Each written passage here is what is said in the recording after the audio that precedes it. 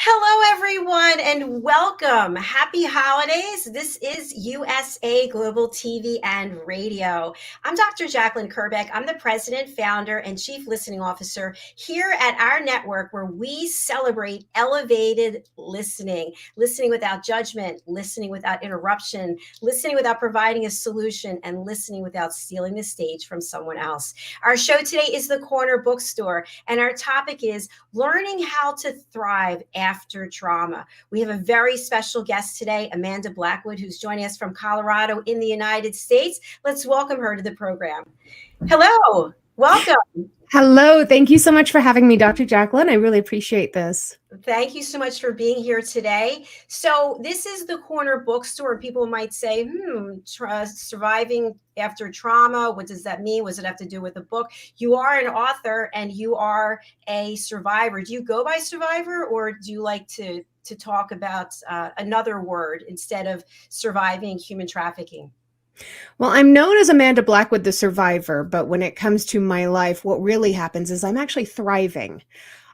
It took a long time to get there, which is why I was known so long as being a survivor, is because I was just surviving from one day to the next. For the last few years, my life has just taken off in a completely new direction, and it became that way because of one of the books that I wrote. What an incredible story. And, you know, to look at you, you're so beautiful and you've got a beautiful smile and so vivacious. You would never think that something horrible could have happened to you. And yet that's what we do in life. We judge people by looking at them and saying, oh, she has it all together. Everything's great in her life. So this is a powerful topic. And I know you've been interviewed many times to speak about it. Let's start off wherever it is that you'd like to tell us about your journey. And again, thank you for being transparent and honest, because you are helping other people come forward and share their stories as well. Of course. So one of the things that you just touched on was about the misconceptions that we often have when we look at people. One of the things that I like to do, I'm a public speaker also. You wouldn't know it by that, but I am a public speaker. And whenever I have been hired to speak at an event, one of the things that I'll do is go in early and I'll take a coat, even on a hot summer day, and I'll mark a chair, and that's my chair, so that all the chairs around it all fill in with people that I don't know. Even if people that I know are going to be there, I will make sure that I sit by myself front and center so that the chairs around me fill in with total strangers. Then when they call me up and announce that I am a survivor of human trafficking who's going to be getting up and speaking, when I stand up, I can feel those people that are sitting closest to me kind of stiffen in their chairs, and they're shocked that they had no idea that there was a survivor of human trafficking sitting right next to them. But that's absolutely the case around the world. There are over 50 million victims, current victims of human trafficking. That's not to even count the survivors. You never know what somebody else has been through. You never know who might be a survivor of human trafficking. Not all of us are as open as I am. Most people want to kind of push the past away and forget that kind of stuff ever existed. I couldn't do that. So I want to have as much of an impact as possible, which is why I do sit in those audiences. Most victims of human trafficking, I hate the word victim, by the way, but most that are subjected to human trafficking, they grow up in abusive households. And I'm no stranger to that myself. I was mentally and emotionally abused by my mother, physically abused by my father, and sexually abused by my brother starting when I was 4. So when you grow up with that kind of a background, you start to believe that that is what you were designed for in life. That's what your life purpose is. This is all it's ever going to be. This is what you are. This is who you are.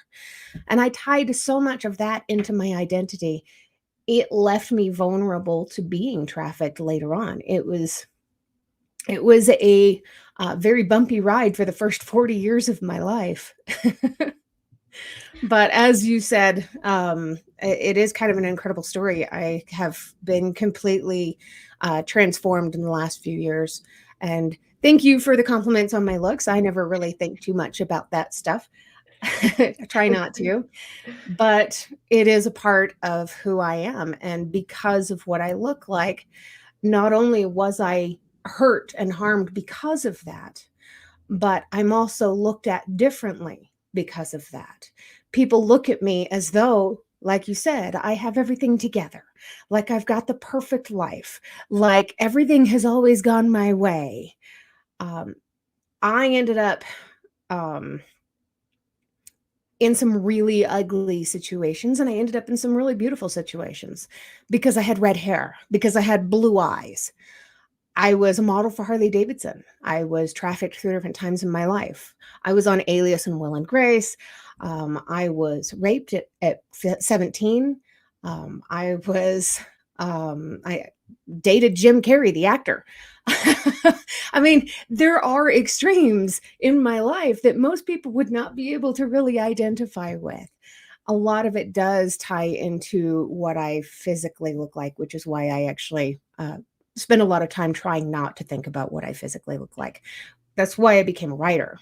I wanted to talk more about who I am on the inside and who I've always wanted to be on the inside. And I fought hard to be this person that I am. What an amazing story. Thank you so much for sharing that. And I sense that you and I could spend literally days together talking about your life and what you've been through. So we'll try to do it justice in the time that we have here. So when you think back to your upbringing, you didn't know any different, right? So you just thought, okay, this is the way it's supposed to be. And what I'm wondering is, were you during this time searching for love, or searching for acceptance, searching to feel like you were a part of something? Oh my gosh, everywhere I went, I looked for somebody to love and accept me, and it was almost impossible to find because I had been so conditioned to be a particular way in order to please other people. I didn't know who I was myself. How could I find somebody to love me if I didn't know how to love me? Yeah, very powerful. So when you talk about this transformation in the last few years, would you say a lot of it has to do with finding out who you are through your writing? A lot of it. A lot of it also had to deal with internal healing and doing the hard work. Um, so I mentioned I was trafficked 3 different times. I was trafficked for the first time when I was 18 by a boyfriend, a second time by a young couple when I was 19, and the last time I was trafficked, I was 31 years old. It was a man that I'd known for 7 years. He was a police officer in Scotland, and after 7 years, he asked me to marry him and to move to Scotland. When I moved over there, he had no intention of marrying me, and within a week, he started trafficking me. It was that constant looking for somebody to love me and accept me that left me vulnerable to this man who basically groomed me for 7 years while he was, I believe, trafficking other people over in the UK. That constant searching for somebody to love and accept me as I am, it was damaging. When I got out of there, it took me years to be able to, well, for one, understand that I'd been a victim of human trafficking and that what I'd been through even had a name. But also, it took him posting photos and videos of me being trafficked on different pornography websites for me to really want to try to face this finally and start figuring out how I was going to fight back and how I was going to move on from my past. I sat down in December of 2020. I was done with 2 years of therapy at that point. My therapist asked me what I was going to do, and I said, I think I'm going to write a book. And she said, well, good luck with that. Let me know if you need any help. I don't think there's really much more that I can do for you. You've done really well. In the month of 2020, in the month of December 2020, I wrote the entire book, my full autobiography. When I got done with that, she said, well, now what are you going to do? And I said, well, I'm going to publish it. She says, well, yeah, but that's the easy part. You've already done all the hard work. You wrote it. Now what are you going to do with yourself? And I said, I don't know yet. And she said, why don't you try painting? So for the first time ever, I picked up a paintbrush in January of 2021, so a little less than 2 years ago. And now my artwork is hanging in a couple of local galleries here in Colorado. But doing the therapy, writing, journaling, about my experiences and the triggered memories and painting my memories and getting that stuff all that ugly stuff out of my body is what helped me to move not just through it, but beyond it.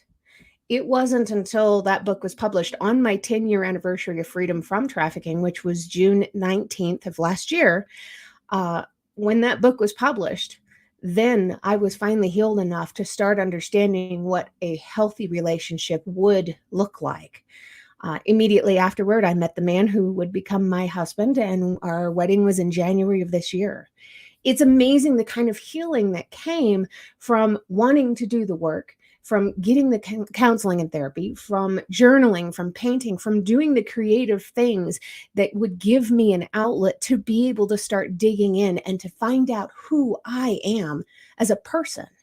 Because until, like I said, until I learned how to love me, how could I expect anybody else to love me? And this man that I married, he's amazing. He loves every detail about me, and he's amazing. I can't say enough good things about him. He spoils me rotten. Oh my goodness. Congratulations. What an incredible story. I love it. Another story of during the pandemic where amazing things happened to someone. You know, there's so many directions I could take this conversation. I want to focus on the positive instead of taking you back down to, you know, where you've been. So when you sat down to write this book, you did it all in a month. Did it just start flowing out of you? And what were you feeling as you're putting what happened to you down there? For at some point, it wasn't that moment, but at some point, everyone in the world could read it and know. How were you feeling? It was hard at first.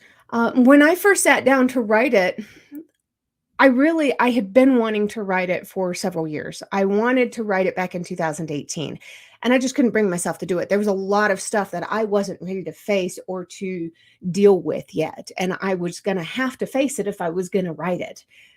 Writing about that kind of stuff, I had to force myself to relive some of it, to really remember what I was feeling at the time and to accurately portray those emotions.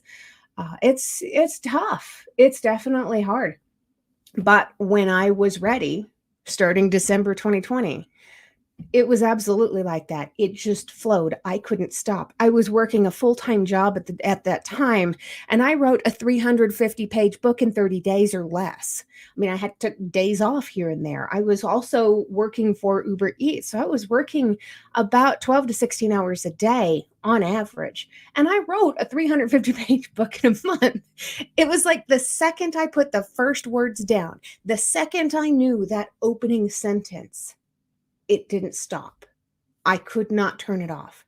While I was out driving for Uber Eats, or while I was talking to a customer on the phone, while I was doing any number of things, that book was constantly in the back of my mind. I need to remember to add this part. I need to remember to dig into that part.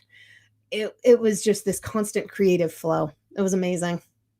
That is amazing. What a gift that you were able to channel all of that instead of having it maybe over 10 years. That happens a lot of times. People start to write something and then they just never get through it or to it.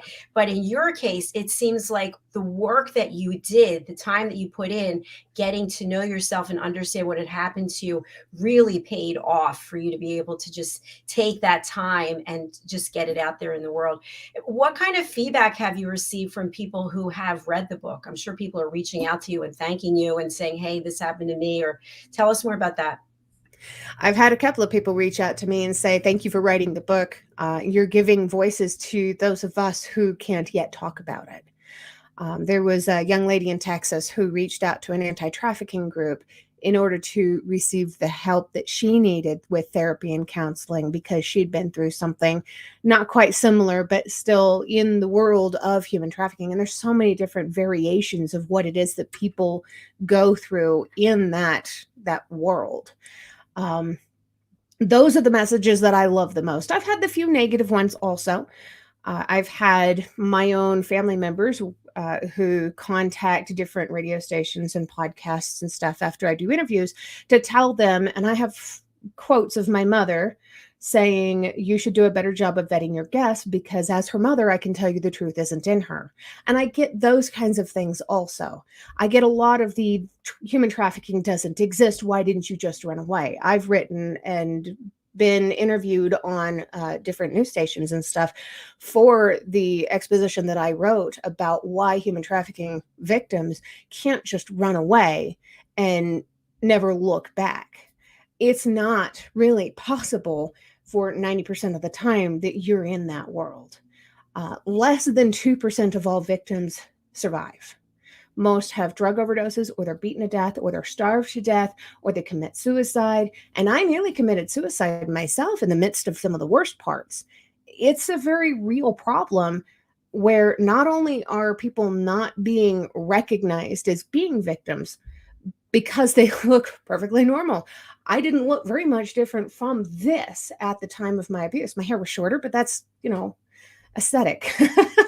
But it's those messages that I get where people tell me, I think this is happening to my daughter. And thanks to your book, I think I can get her the help that she needs. Or I recognize these signs and I think I can do something to help this friend of mine in high school. Those are the messages that not only break my heart, but make me feel like I'm making some kind of an impact in the world. It's a two-edged sword. It Yeah. hurts, but it's good. Well, keep the positive outlook because you are helping people. And I'll share with you, I wrote a book. I also was raped. And when I put it in the book, I had a lot of feelings about it. And the interesting thing is that one or two people have reached out to me to even discuss it. People I know. People I don't know have reached out to say something, which is kind of interesting. But something I really wanted to have you touch on, because we're all about education here. We had somebody on a different show, and her daughter had been a survivor of human trafficking. And what she shared was that they lived in a very well-to-do neighborhood, and that you would never have any idea that these types of things are going on in suburbia in the United States, but it's going on all over the world. What are some of the signs that people need to be aware of? The signs are going to be very similar to those of a domestic violence situation. So you're going to see changes in somebody's personality. You might see changes in their weight. If they gain weight, if they lose weight, you might see changes in the way that they are styling their hair or doing their makeup. If they get different augmentation surgeries. And it's any number of things, because this could also be somebody who's a bored and unhappy person who doesn't know what else to do with their life at the time. They might, somebody who's always wanted to have a breast implant, but it could also be a victim of human trafficking. Kids, especially, are trafficked out of their own homes. I've got several friends who were trafficked as young children, starting at about 4 years old, being trafficked by parents, by grandparents. I mean, it's hard to tell who these people are. And these people that are being trafficked, a lot of times they don't have bruises on them. They are mishandled and abused in other ways, but they try to avoid the bruises because they don't want to leave marks on the merchandise. And I know that sounds truly terrible, but it is terrible.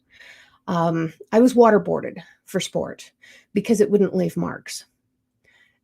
That's the kind of thing that these people are having to live through, and they don't know how to tell somebody that what they're going through is abusive and it's hurting, and they are scared. Because a lot of kids, when they are being trafficked, they're told, if you try to leave, or if you tell on us, or if you don't do what we tell you to do, we'll just go and grab your 10-year-old sister and make her do it instead. Or we will kill your parents. Or, and in some cases, this has actually happened, they bring the family pet to where this trafficked kid is and kill the pet in front of the kid. I mean, these are coercion tactics that are just beyond comprehension. And it's really hard to spot this. But the key thing to really look for is the change in personality.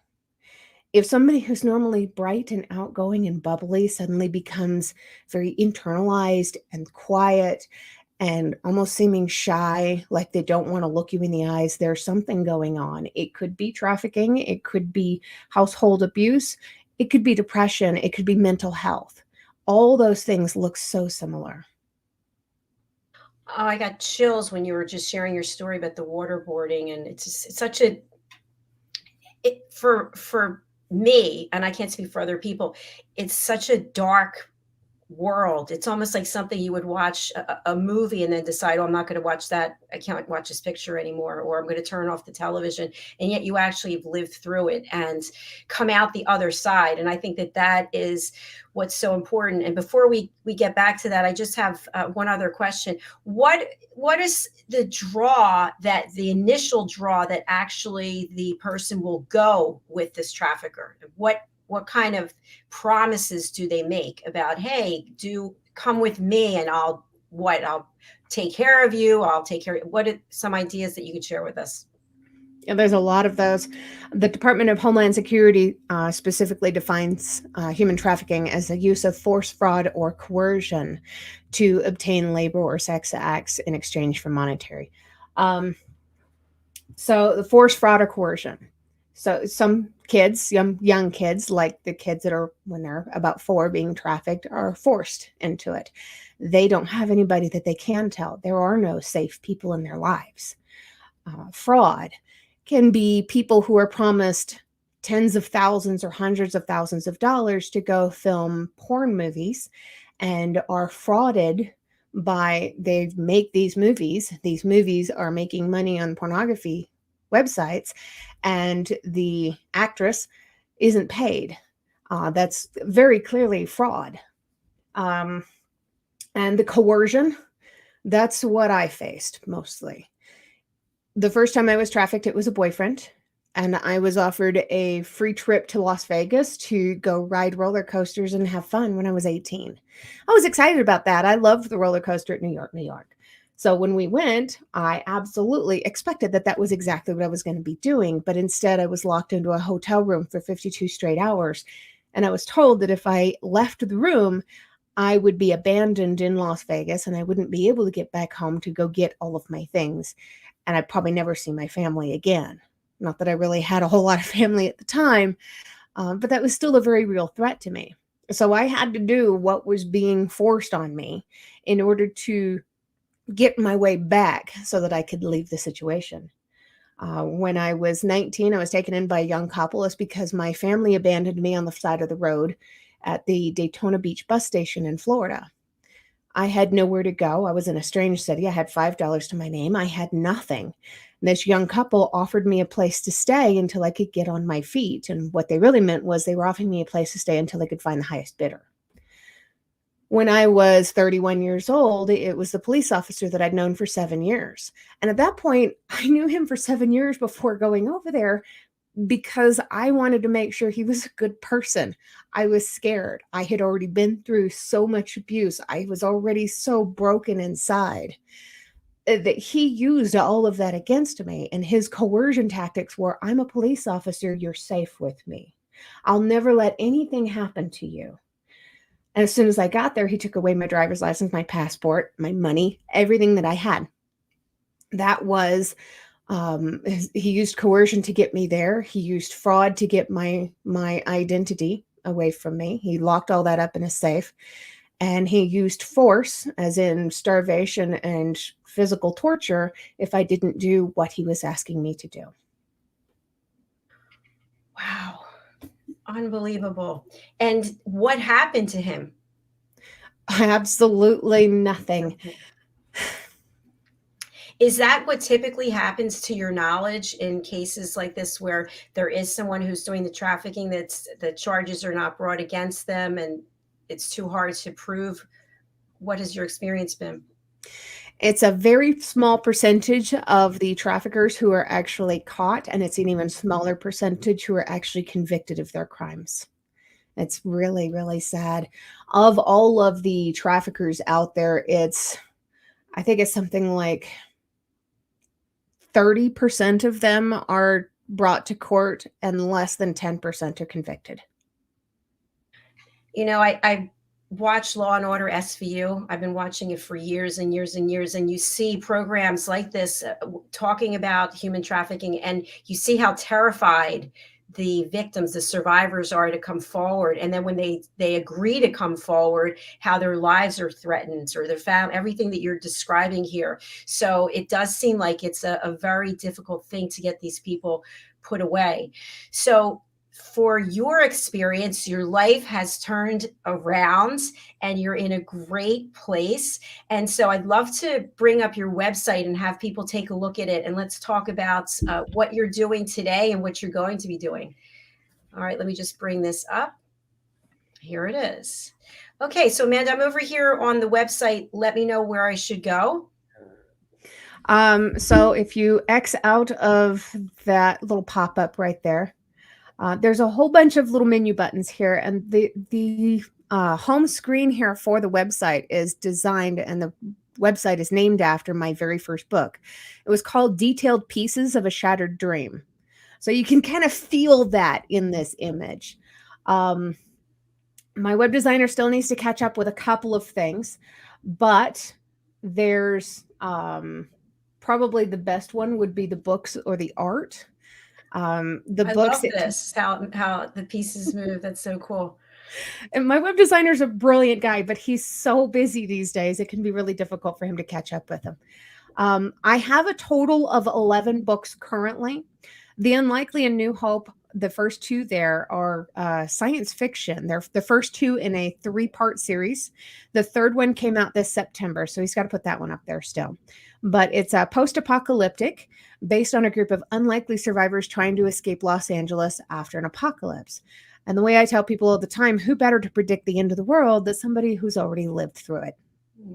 Absolutely. I love these book covers. I'm immediately drawn into the ones with the orange. Yes. It really pulls you in. That's great. So, and I design all of my own book covers. It's really good work. Thank you. There's Custom Justice there in the middle. That is my autobiography as a survivor. It's actually got an entire half of my face. It's kind of trimmed a little bit to fit it on the page there.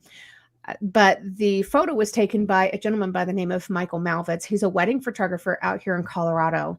He is phenomenal, but he found out what I was doing and he offered his services for free to come out and do a photo shoot with me for the book cover because he knew that this book was going to be something important and he just wanted to be a part of that. He was so cool. But in the photo, I'm wearing all 1940s antiques. And the photo itself is highly photoshopped to get rid of all wrinkles and lines because and there are so many reasons for that too. I mean, yes, we all use filters these days and we try to make ourselves look younger, but it's more than that. When you're a victim of human trafficking, you have this mask that you have to wear. Everything has to be perfect. You cannot allow anybody to see the lines or the imperfections on your skin. You wear a lot of makeup, and everything on the outside, everything on the cover of that book is false. It's me, but it's also fake. And what really matters, as we always say, is what's between the ears. So that photo of my face wraps all the way around the cover of the book, and everything that matters is between the ears. That's brilliant. I love that. And you mentioned backstage that you have a number of pieces behind you. They're also 1940s. Can you share the significance? I absolutely adored the era. It's always been a huge part of my life, starting when I was about 3, I believe. I discovered The Wizard of Oz, which was actually a late 1930s film, but it opened up this gateway for me. And I started watching all of these 1940s movies as a kid. People thought I was nuts. Loved the old black and white movies. And eventually, I started to realize that a lot of this love for me came from my grandmother. My mom's mother was this incredible woman who was born in the early 1900s. She grew up and was a Rosie the Riveter, basically, in the 1940s. She survived the Great Depression by doing incredible, remarkable things. She was a hero of mine, and her living through her own adversity is one of the things that inspired me to keep going after everything that I had been through. So I've collected these 1940s antiques for many, many years now. But this past June, I wrote the story of my grandmother's life as a wing walker in the 1930s and 40s. And I'm so proud of this book. This is probably one of my top sellers right now. My grandmother was an amazing human being, and I couldn't wait to share that with the world. I'm just proud of her. She passed away before I got a chance to ever write the book, but that book, it has her adversities. It has a real life murder mystery that happened in my family, and I didn't know until after the book was published that they actually did find the body. Wow. Oh my gosh. That's incredible. Great story. All right, let me just go back over here, and then I'd love to have you read for us if you'd be open to that. Sure. Do you have a preference? I think I'd like to hear from your autobiography. Okay. And actually, we have time if you want to read from two of the books. That would be great. Anything else you want me to just show people here on your website? Um, if they're looking for something a little bit more lighthearted, the one that your mouse is on right now, 30 Synchronized Woodpeckers. After everything that I had been through in my life, after all of that heartache and problems, I could have easily been a hermit for the rest of my life. And instead, I became a flight attendant. And that book is about all the funny stuff that happened to my first year on the flight as a flight attendant, and all of the cartoons drawn in that book were the first time I'd ever drawn cartoons. So give me some leeway. That sounds really interesting. Maybe you can read from that one as well. May have to grab a copy of that one from over at my table. Okay, no worries. So I'm just going to go over here. Let's take a look at your art. Let's see right here. Now, for people who are in the Colorado area, they can go, oh, look at this, sold, so beautiful. They can go over to the galleries, but if they're not, can they purchase online somehow? They can. I do sell prints online through Etsy and through Fine Art America. And all of these say sold on them, but not all of them are sold. This is another detail where my web designer needs to go in there and fix some stuff. I think it was like an automatic Yeah. thing that he just put in there. But several of them now have sold. Really pretty. Tow your own boat. I love the colors. Thank you. That one sold probably within about 2 hours of me actually posting it.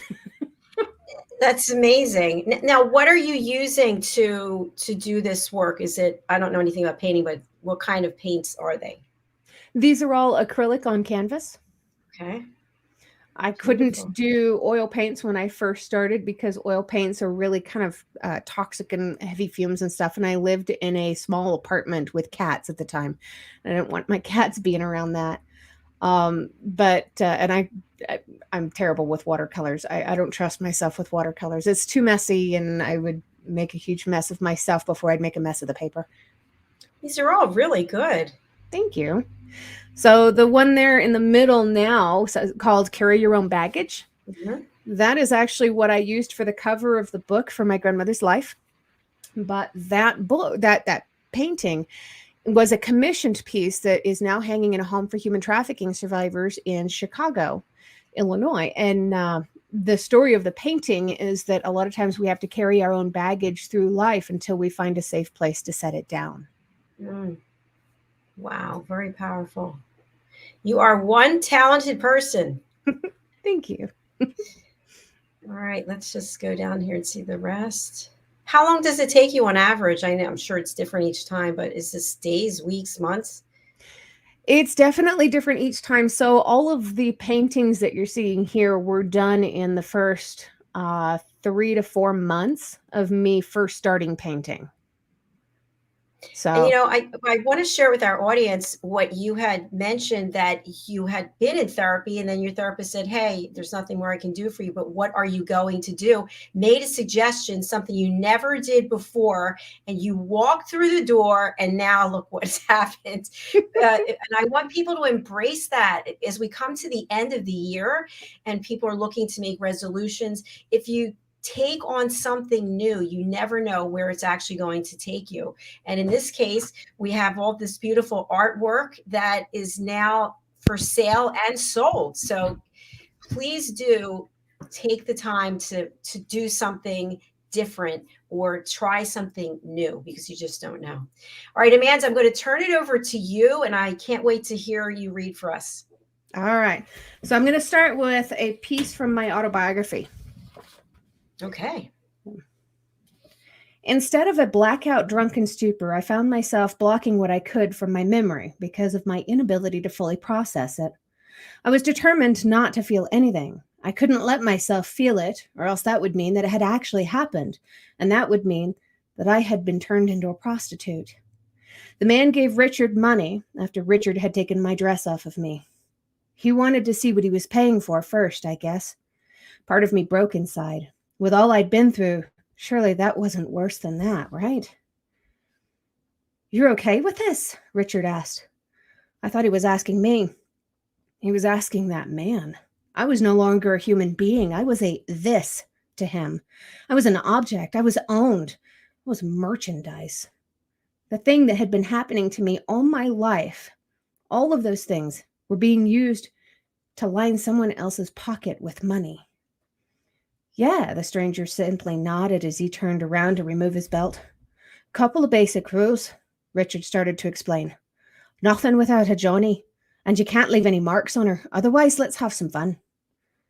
A Johnny? The pilot didn't seem to have any problem understanding what that was, but I certainly did. "A rubber, dear. A condom.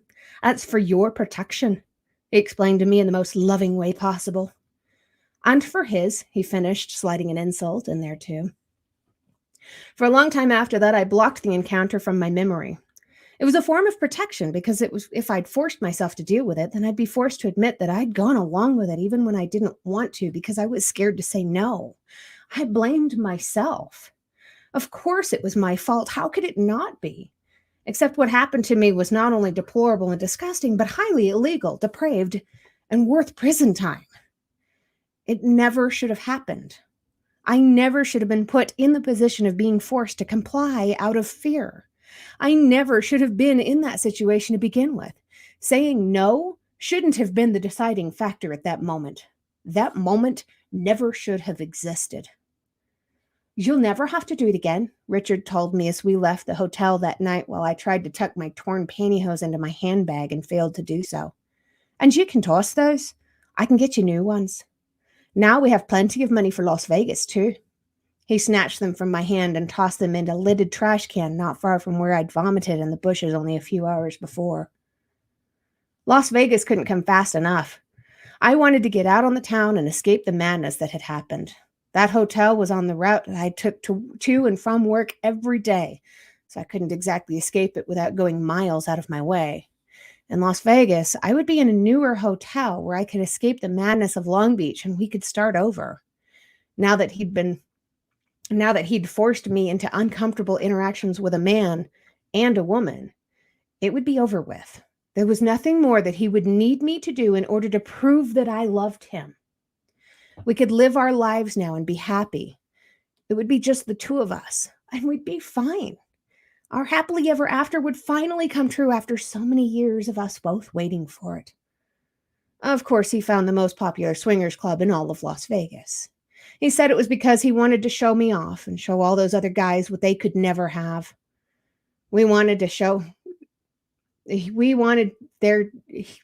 Excuse me, this is hard for me to read. We could be there and watch others, and we could go do our own thing if we wanted to, but he just wanted to show me off for a while, he kept insisting. Immediately, I was uncomfortable with it all, but he'd managed to pour several drinks I didn't want down my throat first so that I'd be less likely to protest. He was getting accustomed to how I was more pliable when I'd been drinking, and sadly, so was I. True to his word, he didn't let another man touch me all night at that club. He kept everyone away and would just point at the activities he wanted me to see. I faked interest, of course, just as I had with his swingers website when I'd visited him in Scotland. But there was nothing I hadn't already seen in my depraved existence. I really wasn't interested. He continued to point, and I continued to get more and more bored. Sleepiness began to drag at my eyelids, and he grew upset, so I started to pay more attention to the details just to keep myself awake.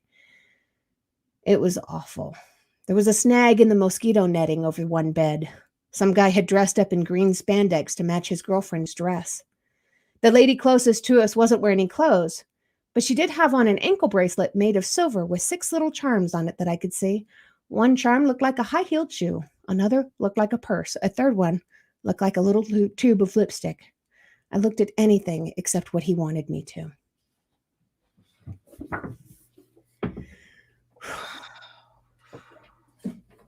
Thank you for reading that. I'm sure that is difficult too, especially on live television. What comes up for you as you're reading it? It's very strange. There's a mixture of anger that I thought I had let go of. There's embarrassment at knowing that I was complicit in my early stage of abuse, because I had been duped into believing that I wouldn't have to do it again once I proved myself to him. There's sadness for the person that I was and the person that I never will be again. There's fear because I know he's still out there and I know he would love to permanently shut me up. There's a few other emotions in there too. There's one that surprises me, pride. I'm proud of myself because not only did I get the strength to move on and to leave that in my past, but I had the strength to write about it so that I could let it go, so that I could let go of that anger and that hatred and that fear. And I could stand up in his face from thousands of miles away and tell him, I'm not scared of you anymore, and you're never going to shut me up. Yes. Outstanding.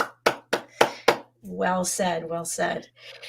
I really would love to spend more time with you talking about this. We're running out of time, but I'd love to have you read from your other book as well about the things, yes, that happened on a plane.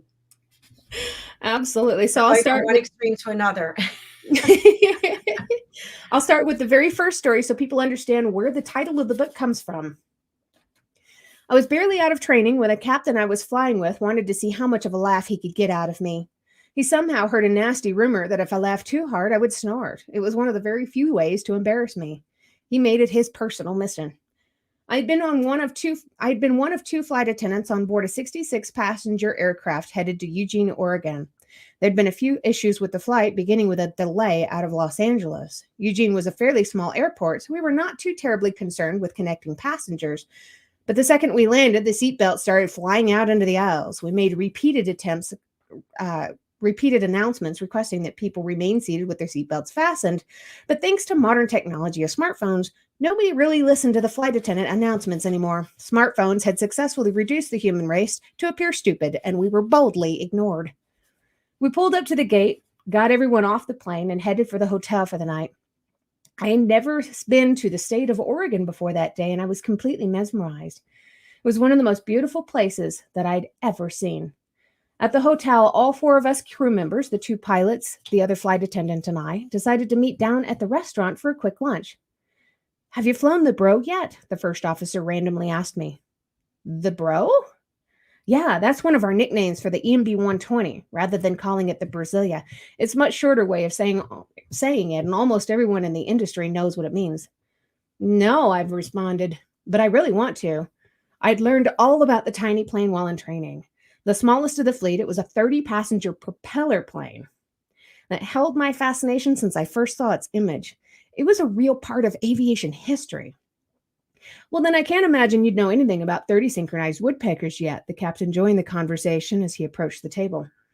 I'm sure I looked quite bewildered. I glanced at the other flight attendant sitting beside me, who had a very similar expression. Obviously, I wasn't the only one.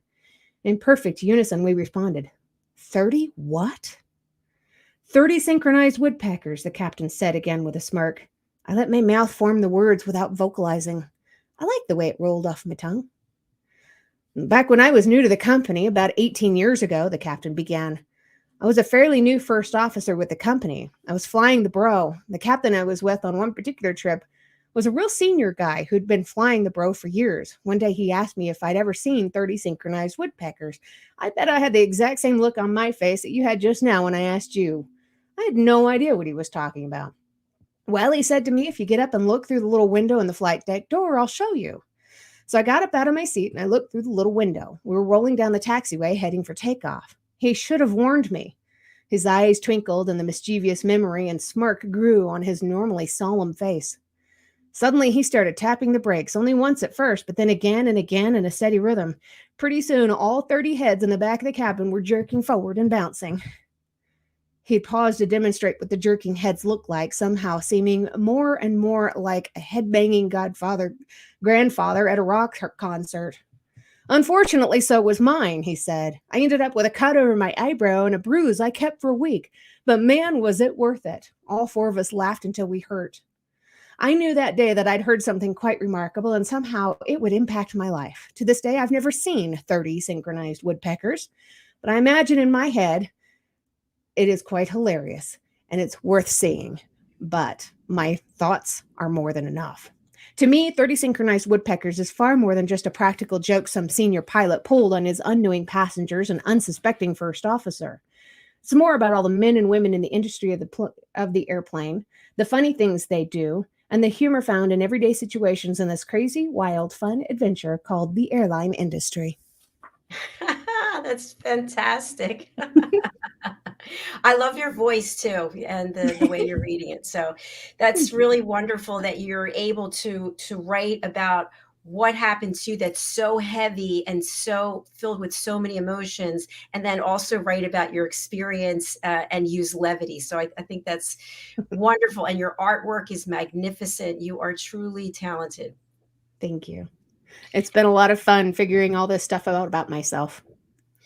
Well, it just goes to show you that somebody can be in a very dark place for a period of time and then come out on the other side. So I'm going to spotlight you, and I would love for you to just share with our audience some words of wisdom, some words of advice, especially we're coming to the end of the year. It's the holiday season. Some places it's winter, it's dark, it's cold, and people are not doing well. And look at you and what you've accomplished. So what would you say to them? No matter what your past or your life has ever said about you, there is growth in darkness. Find the help that you need, even if it's the help from within yourself. You can start with researching trauma responses or looking into what your past has done to you to figure out how you're reacting to things and why this is hitting you. One of the common symptoms of PTSD is depression. If you're feeling depressed, get the help you need. PTSD is a brain injury. It can be helped. You can get the help that you need. And just look down deep inside yourself. Understand that life is absolutely still worth living no matter what it is that you're going through. Reach out. If you don't know who else to reach out to me. I'll do what I can to help. Oh, that's so wonderful. Thank you. Thank you for doing that. And how do people actually get in touch with you? For people who can't read the banner or they're on the radio or a podcast platform, what is the way to contact you? The easiest way is my email address. It's authoramandablackwood@gmail.com. I'm also on Facebook under Amanda Blackwood, the Survivor. I'm on Instagram under @DetailedPieces. I'm on TikTok under @DetailedPieces. I'm on Twitter, the same name, @DetailedPieces. I'm out there. Come find me. Fabulous. Thank you so much for being here and sharing your story with us. I have a lot of respect for you and the work that you're doing. And I'm so happy that you're so happy that your life is going well. Thank you. It's amazing. It's a beautiful life now. Well, once again, congratulations. And do come back and see us on one of our other shows. We have about 25 shows a week. So Wow. there's a number of other topics that would be great for you to join us for as well. Awesome. Thank you so much. All right. Thank you. Happy holidays. We'll see you again. Happy holidays. Bye. Please do reach out to Amanda. Please do purchase her books. Please do contact her. Remember, you're not alone. It may feel that way, and it may feel like the moment is never going to end, but everything, as long as we survive it, is just a moment in time. Our goal here at our platform is to provide education, entertainment, hope, and inspiration. So we definitely appreciate all of you who are out there following us. If you have a story to share, we'd like to hear it. Go over to our website, USA Global TV or go over to our YouTube channel, which is USA Global TV and Radio. Thanks again. We're coming back with our next show, which is the Mallorca Connection, and the star, Mr. Roland Friedel, who is literally rolling through Europe in his motorhome. And our guest is the founder of a wonderful charity, Push Child Foundation in Uganda. So we'll be pleased to meet him and hear his story. Thanks again. Bye, everyone.